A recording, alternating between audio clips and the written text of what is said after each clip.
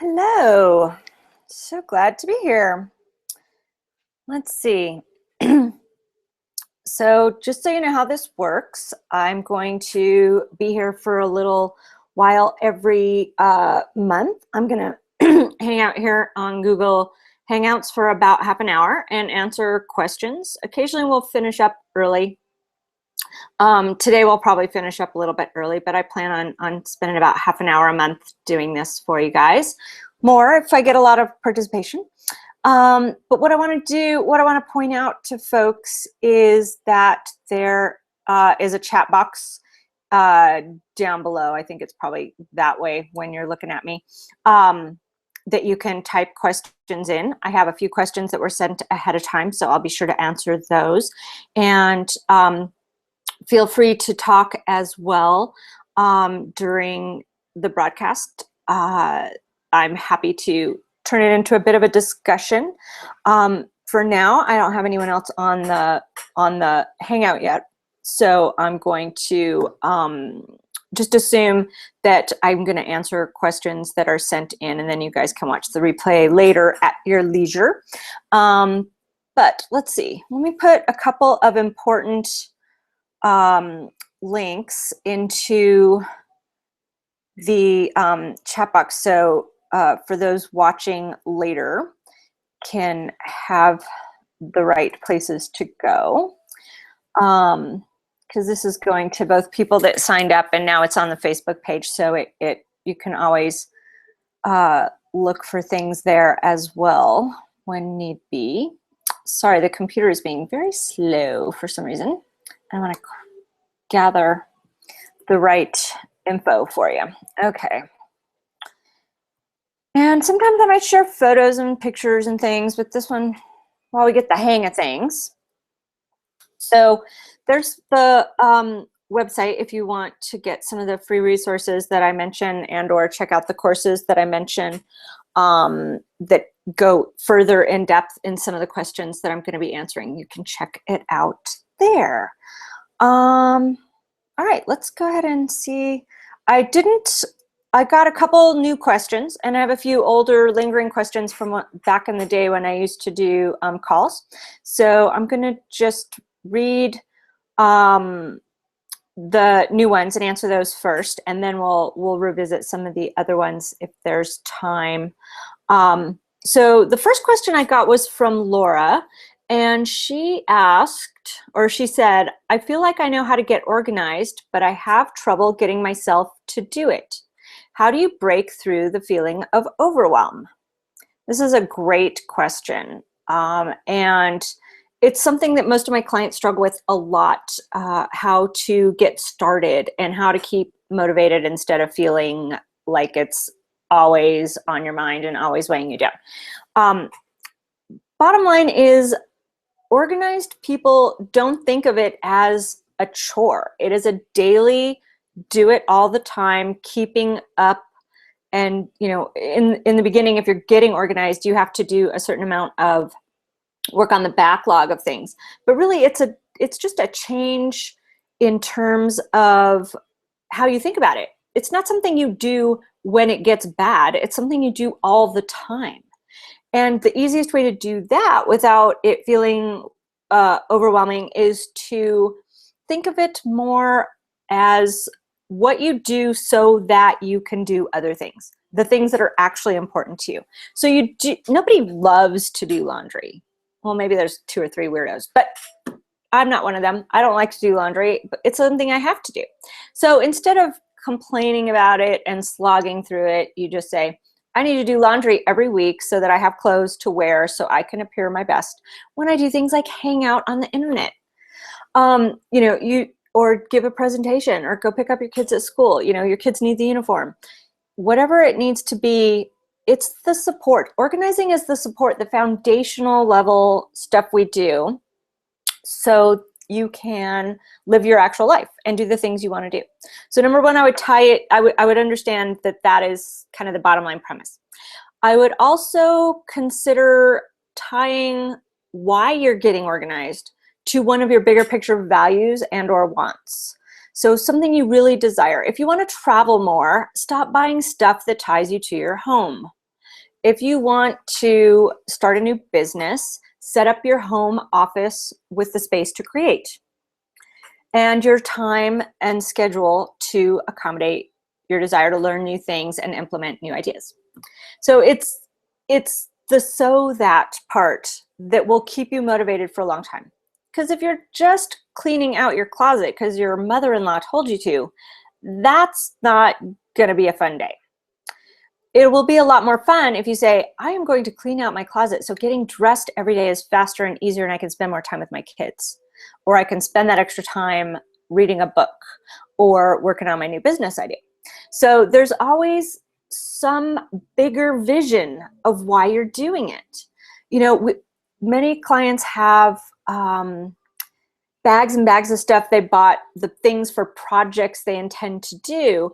And if the project itself was important enough, they would get home with the stuff to do the project, unpack it, crack open the new paints, and do it immediately. If it's not that exciting to you, it's a should, because anything that gets you to where you really want to be is going to be exciting to do, and you're going to start doing it. So that's my hint on how to stay motivated and keep from feeling too overwhelmed. Second thing for not feeling too overwhelmed would be to break it down into very small tasks. You don't have to do your entire kitchen in one day. You can do one drawer or one cabinet shelf a day for the next 30 days and you'll be done with your kitchen. Or you could do it for an hour and be done in about a week. You know, it just depends on your level of commitment to it and how overwhelmed you feel. If it's really overwhelming to work in a certain area too because of all the other clutter that's in the way, I recommend taking a basket or a laundry hamper or something and taking the stuff you're going to sort through to another space that's clear, a staging area, if you will, your dining room table or the coffee table in front of the couch or a clear space on the floor, and working on the purging part in a clear area. It'll feel less overwhelming and less distracting. Hey, interesting. I just noticed my little pile of clutter right there. Did you see it? Whoa. CD stuff. No one uses CDs anymore. It's my recording stuff for photos and things. It's on the way out, but I just noticed it's still sitting there. I better take care of that pretty soon. Okay, so that's how I deal with overwhelm. Break it down into small enough chunks and tie it to what are you doing the organizing for in the first place. If you have a bigger picture why, the start with why, what are you going to get out of it by doing it, not the doing of it itself. So there's that. Also, you can use an organizing session to do a mindful practice so that you're kind of leveraging your time. You can just be really aware of the stuff, what you're feeling, what you're looking at, what you're hearing, what you're smelling, and make it a mindful thing for 15, 20 minutes and see if that helps as well. 2 birds, 1 stone. Love it. Okay. Next question was from Carol, and Carol's always good at asking questions. She sends me questions randomly every once in a while, so this is good. She says, I work from home and I working around non-negotiables such as picking up kids from school, making dinner, etc. I have trouble finding the hours to get my actual work done. I've begun sorting my incoming paper into money to enter, etc. So there she's referring to the categories I recommend in my 1-minute mail solution kit, which is free and is an audio and a workbook on how to deal with your papers, plus an e-course on how to take care of the older papers as well. So that's part of that process she's working on. But how does she find the time to get to those tasks? So I'm assuming she means the actual work done tasks and or maybe some organizing tasks. And how to, okay, let me answer the first question first, then I'll come back to the second part of her question because it's more in depth. So you can go to morethanorganized.net and get your copy of the 1-minute mail solution kit if you haven't already. It'll walk you step by step through that process she's talking about. There's just a few I only recognize 4 paper categories. So one of the other questions is about paper, so I'll get back to that more. Since Carol's question is actually about the timing. So again, it needs to be little chunks of time and blocking your time. So time blocks are key. It sounds like you already have a pretty good system for the non-negotiables, the actual date, time appointments, and the routine tasks like making dinner. And I'm glad, because the first layer of your schedule should be that routine stuff that has to be done. That's kind of like the must be done every day so that you can do the rest of your things. That typically leaves between 3 and 12 hours a day for people to do the other stuff. If you go to work 8 to 5, then that's part of that extra hours that are available for work things. If you have a couple blocks, like often moms have to drop off the kids, do some chores and errands, have some lunch, pick up one of the kids, keep going that way. If you have to break up your time differently, you may have several blocks, half-hour blocks of time during the day. And just think of them as a block of time to get something done, and then assign that thing to that block of time. That way, instead of being super inflexible, like must happen at 12:15 p.m., you can say, well, after I drop the kids off at school and after I do my first half-hour block, I'm going to take a quick break, switch gears, go to the next block that's half an hour. So you are choosing what to work on in shorter bursts of time, but regularly. So you're less likely to get distracted because you do know what to do next. You're not like, oh, I meant to do that, but I got distracted by this. Instead, you're always on your way to do the thing you plan to do. So there's planning involved and there's time blocking. So for me, I may do, every morning the first thing when I get to my desk, I do a half hour. About 15 minutes is dealing with money and receipts and bookkeeping. About 15 minutes is checking my email and prioritizing my day and planning the rest of my day. After that, I start a half-hour block. And if it's marketing day, I will do marketing tasks for half an hour. If it's a client day, I will go work with a client for 3 hours. And so, it's a bunch of time that is assigned that can be slotted around the things you have to do. So some days I have a client in the morning, and so that next block of time that would be a project time or marketing time would be after the client if I have a client in the morning. If I have the clients in the afternoon, I do that right after I do email and planning. So it just can be switched around that way. But by doing that, you should be able to find at least 90 minutes a day to work on your projects. One of the half hours could be working on organizing stuff. One could be working on a business thing. One could be a bigger chore. But the chores should actually be part of the routine for the most part. But you want to start grouping things together as well. So some more tips on how to schedule things specifically can be found in the Streamline Time Solution course. It's another online course. There is a charge for it, but it is really valuable, in-depth, how to deal with a list of things to do and finding the time to do them. So check that out. It's also at morethanorganized.net under the services tab. The Streamline Solution course has access to the time module of that. So that should help with that. But I think getting started with just knowing, come up with a block of time, half an hour to 90 minutes every day, and just say that's your project time, and plug in a project. Yeah, you have your tasks and you have your calendar, and that's where you keep your tasks, in that spot on the calendar. And then you refer to it to get the tasks done. It's just like organizing anything. Time is just like organizing a closet. There's a list of things that have to go in there, and you assign them the place to live. Okay, so Carol's second part is, how do you suggest prioritizing several clients and managing that work across the week? I cannot remember exactly what it is you do, Carol. I think you're a lawyer. Is that right? Anyway, so client work would be in those project slots. So there's going to be some variation depending on deadlines, what kind of work you're doing for them, but you want to group like tasks together.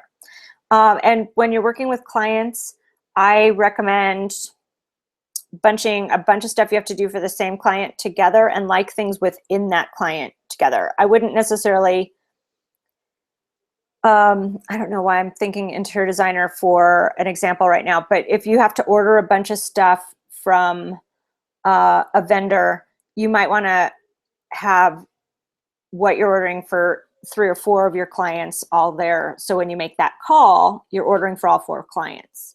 But the planning part of the client you want to do all together so that, does that make sense?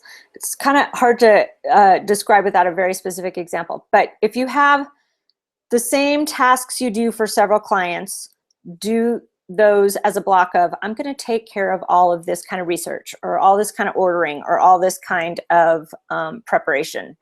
And then the specific things to a specific client you do with them. So for me, I might do research on containers and solutions for clients to buy for their homes or their offices all at once with 3 or 4 client needs in mind. But I don't then run all over town distributing those. I take what I need to the client and work with it during our client time. So that might be a good way of describing it. But think in those time blocks, you know, continue the time blocks, but with clients. So maybe you have 3 or 4 clients blocks of time per day in addition to the work you do with them. I just can't remember if you see them for like an hour at a time or a half hour at a time if you're some sort of practitioner, or if it's longer things like whole days. So a little bit would streamlining dependent on what kind of work you're doing. Sorry, Carol, you can ask clarifying stuff and I can answer it next month. Or again, the streamlined time solution might have the extra nugget for that particular question that you need. But I would just group like things together and make sure you block them in a time and schedule them into a time. So put the client's name in that block of time. Okay, let's see. We have time for a couple more questions. Let me double check the Facebook page. Make sure no one else posted a question.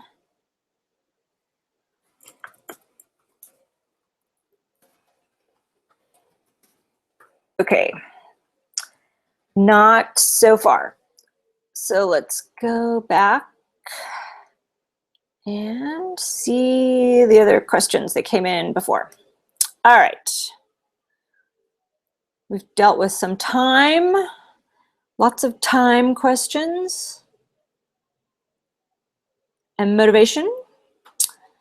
So let's see. Let me do this one. So when you have boxes and boxes and boxes of paper all around, some of them interesting articles and ideas you've kept, how do you deal with that stuff? Well, you need to be ruthless about it. I used to let people keep a lot more than I do these days because I realized it was still just spinning around and wasting time. And I used to do it myself. I would clip all the best articles, keep fancy binders as resource lists, all kinds of things like that. Now with Google, don't need to do any of that. So some things to keep in mind that you may not be aware of. Most of the paper you keep that's related to something you're interested in is to prove you're interested in it. So just own the fact that you're interested in whatever it is. I love TV. I'm interested in TV. I don't need to clip every article about every TV show I've ever watched. But that's what you end up doing when you're interested in gardening or cooking. You clip recipes and you clip how to prune my rose bushes, even though you do it all the time anyway. So keep in mind that it's information you already know.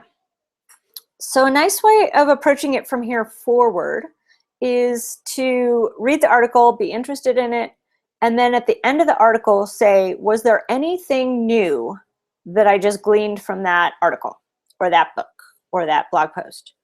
And if the answer is no, it just confirmed things I already knew and got me excited again, leave it. If there is something new, second question you ask yourself is this something that is interesting to me in terms of interesting enough to incorporate it into my life right now? If the answer is yes, you can keep that as a reference until it becomes incorporate it. If it is, oh, well, I won't be able to get to it for 9 months, don't keep it. Let it go. It'll come back to you if in 9 months you're still interested in that thing. Easier said than done, I know. But from here forward, start asking yourself those questions. Does it prove anything new, or is there anything new in there? And is the new thing worth spending the time and effort to incorporate into my life? Now, for the old stuff, I want you to review it with those questions still in mind, but you might want to do something like categorize your interests first. So you put the recipes in this pile and the gardening things in this pile and the stuff about internet marketing in this pile. And then you subcategorize each of the piles. This is a time-consuming process. I just want you to know. It's not like a quick fix. You have to look at every single piece of paper. You don't have to read it all, but you need to look at it enough to know what the paper represents. And then, so once you have the bigger categories, you then subdivide. So let's say you're in the internet marketing one. You then say, this is about Facebook, this is about Instagram, this is about social media in general. This is about blog posts, this is about Pinterest. And then you say, which one do I actually do? And then you look at them a little more closely. And again, is this information I already know? Is this outdated information? Is it already a new technology? You know, do I need to keep this stuff on Periscope if I'm going to go to Snapchat? I don't know. I just had that discussion last night. I don't think I'm going to Snapchat. It's not the right platform for my people. But we'll be doing these more often, these Google Hangout webinars to answer questions. So, all right, interesting versus relevant. I have a blog post about that somewhere on the blog. You can search for that. Interesting versus relevant information. Relevant is the information you need to reference to get the job done. Interesting information is stuff that you go, huh, isn't that interesting? Love that idea. Isn't that great? Oh, I knew it already. Not the same as must have the piece of paper to reference the material on it for actual action. Okay? Is it something you're going to act on? Do you have the time to act on it? Are all of your time blocks already full and spoken for? Then you don't need it because you don't have the bandwidth to do it at this point in time. So think about that. I would schedule, again, like we were talking about with the both the motivation and the time blocks, just schedule a little bit of time. You can get through ginormous piles of paper in a relatively short amount of time, like a month, if you schedule 15 minutes a day and just do it. Or work for a little bit longer periods of time and stop, and then work again. Regularly scheduled intervals are better than nothing at all. So go that route. And let's see, I think I just saw a question come into the email. I hope that answers the question about what to do with the backlog. There's a little bit more about that in the Streamline paper solution, but I always recommend getting a handle on from here forward and then working on the way back on the backlog. Okay, Geneva says, my entire house is a disaster. It's my stuff and my parents since they passed. No clue where to begin. Another great question. So Geneva, I answered a lot of this in the beginning, the motivation. Always tie why you are getting organized in the first place. What do you want your life to be like? What are you wanting to work on? And it is overwhelming, especially when you've accumulated a bunch of stuff that you were only semi-anticipating. When there's death of a parent or a parent having to move into assisted living or something, it throws a little bit of a wrench in the works, but it's still the same process. The stuff you get from your parents, there's going to be the estate stuff you're going to have to deal with, and that's kind of a whole other topic that I really don't have time to go into right now, but we can go into it more in the future if you have some specific questions about the estate process and closing accounts and adjusting the financials and the day-to-day business stuff versus the accumulated inherited household items, which is what I think you were getting at there. I like to reverse engineer a house that's overcrowded. So you just start with one room and you redefine that room. What is that room? It's a coat closet. It holds coats and going out the door items. Maybe some binoculars and an umbrella and a hat and scarf, but not a whole lot of other things go in a coat closet. This is my bedroom. Bedrooms are for sleeping, reading, sex, and getting dressed. That's it. Anything else that's in your bedroom should not be in your bedroom. See, it starts setting itself up. So now you know where to put things, and you're gathering like things together. So everything that didn't belong in the bedroom now is in a temporary moving around the house spot till it arrives there. Kitchens are for eating, cooking, cleaning, and storing food. Anything that's not that needs to go elsewhere. So now maybe the laundry can go to the bedroom because that's where the closet is and that's where the clothes are kept. See what I'm saying? You put the things that belong in the room in that room, and then you can start getting rid of them. I mean, there's a lot of extreme ways you can get rid of things very quickly. I don't actually recommend them because it doesn't take. You need to tie the reason why to your bigger picture wants and desires. So going through an estate worth of stuff is going to bring up a lot of emotion, and you need to give yourself the time and space to deal with it. But you want to incorporate anything you are going to keep into your house. And it's slightly unclear from your question if your house was already a mess and then the parent stuff was added, or if it was okay and then the stuff got added. So I'm just going to talk about it as if it was a mess from the beginning, and everyone can glean from that where in that continuum you would need to start. But yeah, assign what the purpose of each room is and what you're going to keep in each room. And then you put those kinds of items there. And then you pick your favorites of those items. So if you end up with, after you clean out your parents' house and your kitchen and you have 6 sets of measuring spoons, which is your favorite pair or set?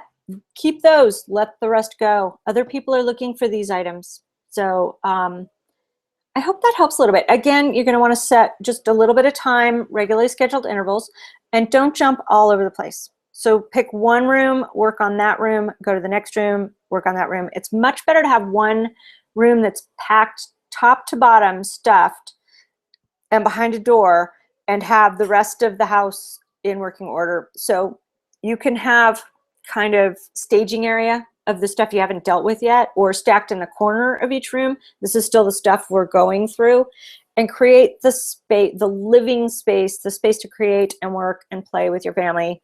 In the meantime, with the stuff pushed to the side, not dumped on top of the couch or in the middle of the room where you can't then enjoy the room itself. Does that help? So sometimes it seems counterintuitive to make the room a little more messy by just leaving stuff in a pile in the corner, but then one side could be nice and neat.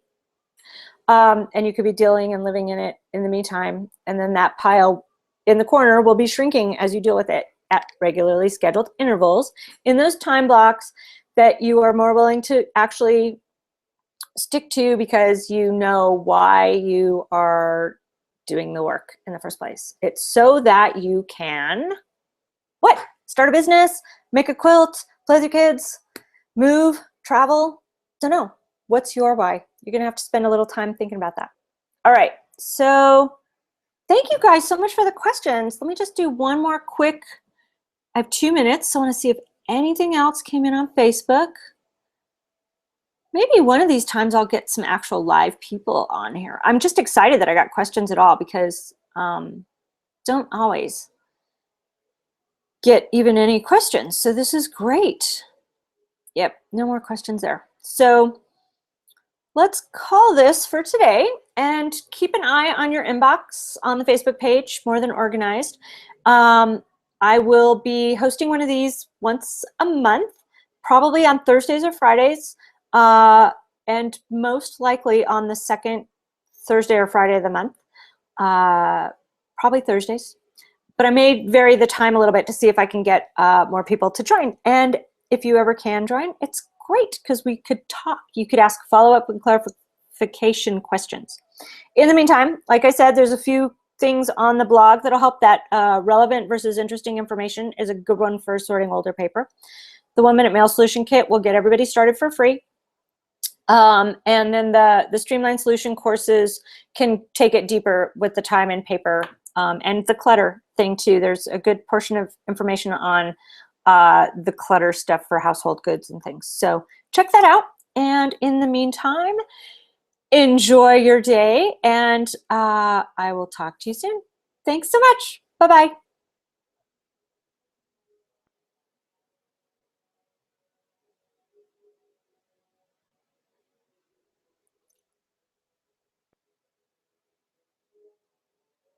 Oh, are people watching? 5 viewers.